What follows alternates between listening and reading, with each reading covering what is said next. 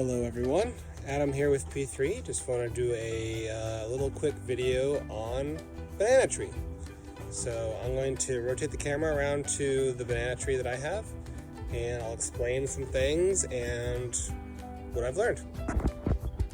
So this is a banana tree. This particular type is called a blue java or a ice cream banana tree.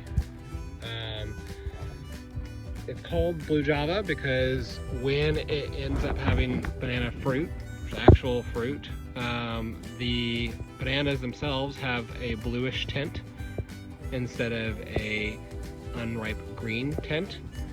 And it's called an ice cream banana tree because the fruit of the banana tastes very similar to vanilla ice cream.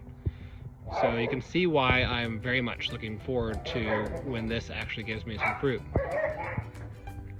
So some of the things I've learned about bananas while looking at them for mine is that bananas actually aren't trees. They're one of the largest fruiting herbs that you can find, which is pretty cool. So if you're wanting to grow some herbs, here you go. Here's a very large one. The blue java banana tree can get up to 20 feet tall, I believe. And there are way more types of bananas than I ever thought. There's one called an apple banana tree, which I really kind of want to get because apparently it has kind of a hint of apple and or strawberry. And just saying, strawberry bananas, that sounds really good. I mean, come on, really? But it grows out from the center. You can see the stalk down there on the bottom, and as it grows taller it just unravels more and more leaves. This right here is actually just an unraveled one of these. The stalk itself, if you were to cut it in half, it's just layer upon layer of different leaves. Bananas are very high in potassium, therefore they actually need a very large amount of potassium. So often, actually I'll get to that in a second, bananas can grow from a little sapling to full grown in a year to 18 months.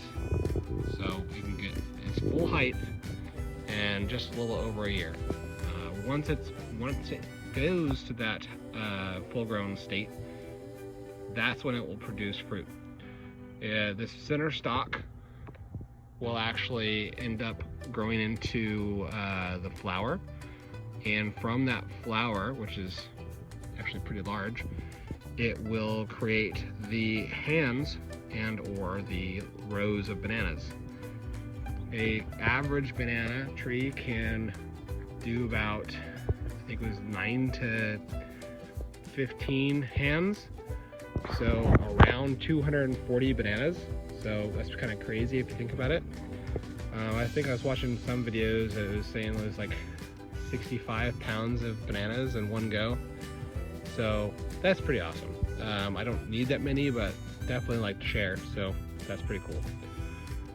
Thing about banana trees is when they are done fruiting, the stalk starts to rot. So you actually will chop down the entire tree about 30 inches from the ground, and it's done. But luckily it shoots off pups, so it shoots off little baby banana trees. That way when this one gets cut down, you'll almost have one that's ready to go right after that. So if you're in an area like me in San Antonio, Texas, zone 9A or B, we could technically keep this going all year long, because this particular banana tree can get, I think it's good to 20 or 30 degrees.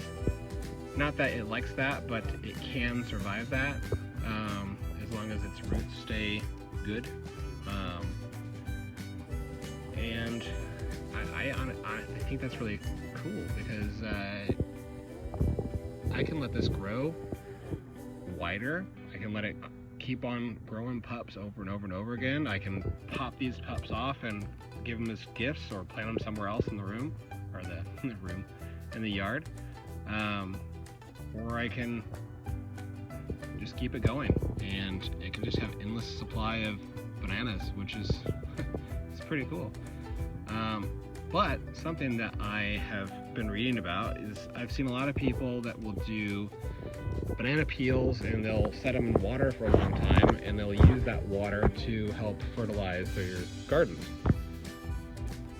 You can do the same thing with these leaves, and as these leaves get kind of crunched up, because it does happen, they're pretty brittle in the wind, I'm actually going to chop them up, dry them out, and grind them up like I do pepper powders, and I'm going to sprinkle them in my garden so that my plants can get potassium. So that is my banana tree. Those are little facts that I've learned over time, and I want to keep on learning about them because, I mean, they're pretty cool. I can't wait to get more, and hopefully my little self-reading and video watching can help you guys want to learn more about bananas and maybe add them to your garden. If you want to, if you're in an area that you can't grow them outside, they can grow in pots, but you're gonna have to figure out how to support it once it gets tall. But they do have dwarf types of bananas that you can have in a garage or a greenhouse all year long. So that's it. Hope you enjoyed this video, and let me know if you have any questions in the comments. Thanks. Bye.